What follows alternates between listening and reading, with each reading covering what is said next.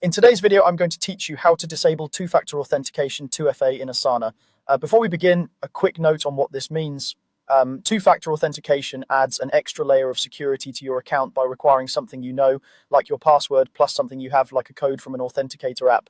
Disabling it makes signing in simpler, but it also lowers your protection, so proceed only if you understand the trade-offs or if your organization requires it. Start in Asana with your workspace visible.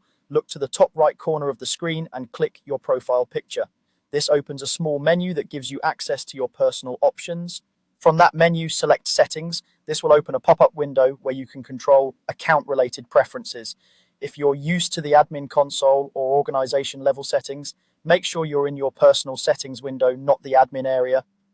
Disabling 2FA is a personal security control. Inside the settings pop-up, click the Account tab. You'll see several tabs across the top.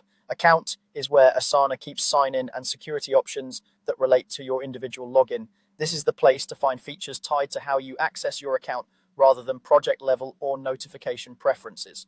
Within the Account tab, look for the section labeled Two-Factor Authentication. This area shows whether 2FA is currently on. To turn it off, click Disable. Asana may ask you to confirm your choice, and in many cases you'll be prompted to enter your password again before changes are applied. That extra prompt is normal and helps protect your account from accidental changes.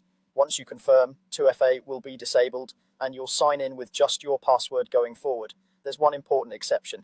If your organization uses single sign-on, often abbreviated as SSO, you won't be able to enable or disable two-factor authentication on your own. In SSO setups, your identity provider and your organization's policies control these options. If you notice the two-factor authentication section is missing or the disable option is grayed out, that's usually why. In that case, reach out to your IT or workspace administrator for guidance.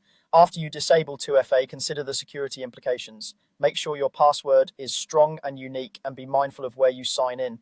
If your needs change in the future, you can always revisit your settings and re-enable two-factor authentication for added protection. That's it, quick, clear, and to the point.